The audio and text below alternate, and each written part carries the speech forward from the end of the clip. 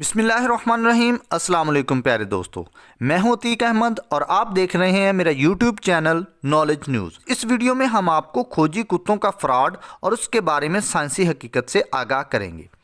किसी इलाके में जुर्म होता है तो लोग अपने ताईं इन कुत्तों की खिदमात हासिल करते हैं। कम अज़ कम 20 से 30 हज़ार रुपये देकर इन खोजी कुत्तों और उनके मालिकान को जुर्म वाले इलाके में ले जाया जाता है। जाए वकुआ से कुछ कपड़े वगैरह सुंगाए जाते हैं और फिर ये कुत्ते मखसूस इशारों पर चलते हुए इलाके के ही किसी घर में दाखिल होते हैं और उस घर के सहन या किसी कमरे में बैठ जाते हैं। कुत्ते का मोहल्ले के किसी एक घर में दाखिल होना और फिर वहीं बैठ जाना इस बात का ऐलान होता है कि मुजरिम इसी घर से है। इस बात को यकीनी बनाने के लिए खोजी कुत्ते से कोई गलती तो नहीं हुई, कोई बेगुनाह ना पकड़ा जाए, इन डॉग सेंटर एजेंट से दरख्वास्त की जाती है कि कुत्ते को दोबारा छोड़ा जाए कि वो किसी और घर में तो नहीं दाखिल हो जाता। ये एजेंट कुत्तों को दोबारा छोड़ने का एक बार फिर मुआवजा वसूल करते हैं। कुत्ते को फिर छोड़ा जाता है और नतीजतन इस बार भी यही होता है। कुत्ता इलाके में घूम फिर कर फिर उसी घर में आ बैठता है जिस घर में पहले आया था। अब तो मुकम्मल यकीन हो जाता है कि मुजरिम इसी घर का कोई फ़र्द है।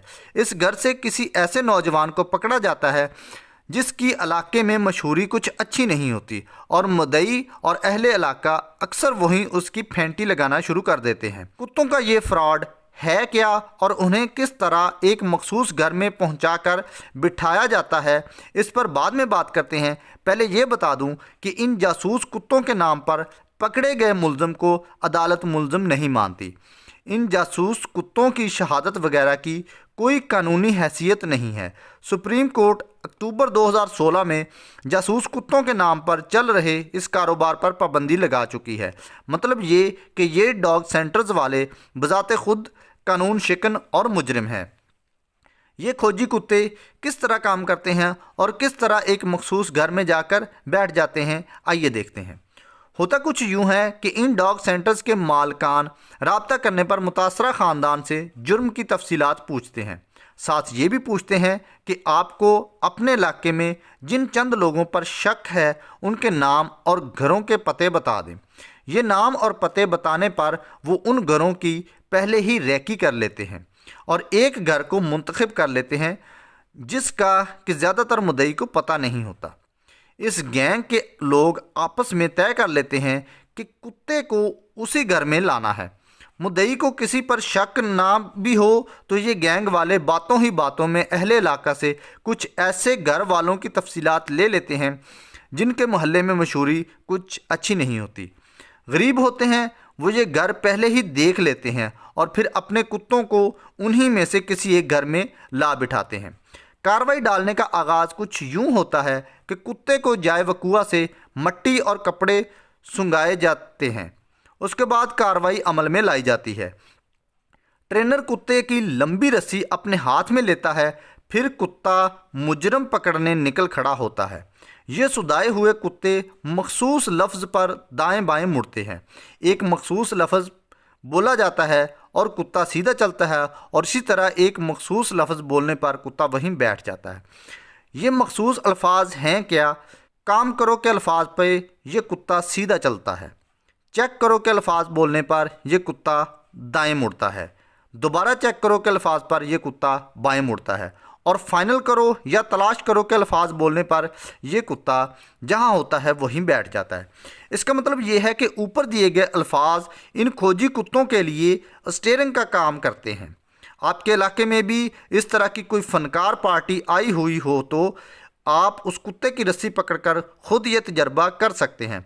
मखसूस अल्फाज के इन कोड वर्ड्स पर कुत्तों को चलाते हुए जिस मर्ज़ी घर में ले जाकर जिस मर्ज़ी कमरे, बेड या चारपाई पर बिठाया जा सकता है।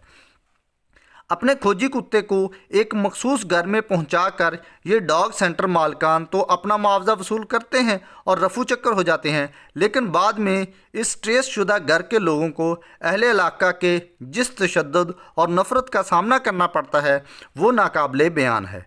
इस तरह के कई केसेस में तवील दुश्मनियाँ भी शुरू और कत्ल भी शुरू हो जाते हैं।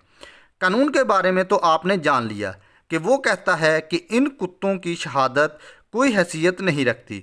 सुप्रीम कोर्ट ने फ्रॉड पर मबनी इस कारोबार पर पाबंदी लगाई हुई है। इस बारे में साइंस क्या कहती है? साइंस कहती है कि दुनिया का कोई भी कुत्ता, चाहे वो किसी भी नस्ल से हो, वो एक वक्त में सिर्फ और सिर्फ एक खुशबू या बदबू सूंघने की सलाहियत रखता है, और इस सलाहियत से लैस करने के लिए भी इस कुत्ते की बचपन से ही मखसूस और बड़े मुश्किल मराहल से गुजार कर तरबियत की जाती है। किसी भी कुत्ते को एक सलाहियत के अलावा किसी दूसरी सलाहियत के लिए तरबियत नहीं दी जा सकती।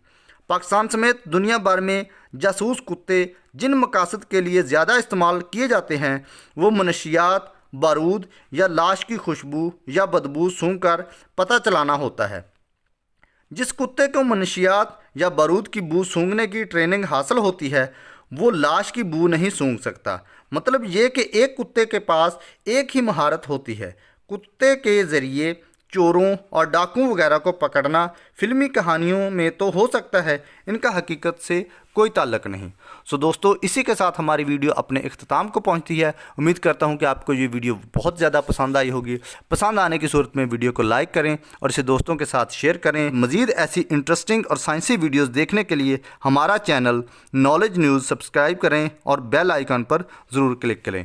तब तक अपना बहुत सा ख्याल रखें, अपने इस चैनल का भी। मिलते हैं अगली इंटरेस्टिंग वीडियो के साथ, तब तक इजाज़त दीजिए। अल्लाह हाफिज़।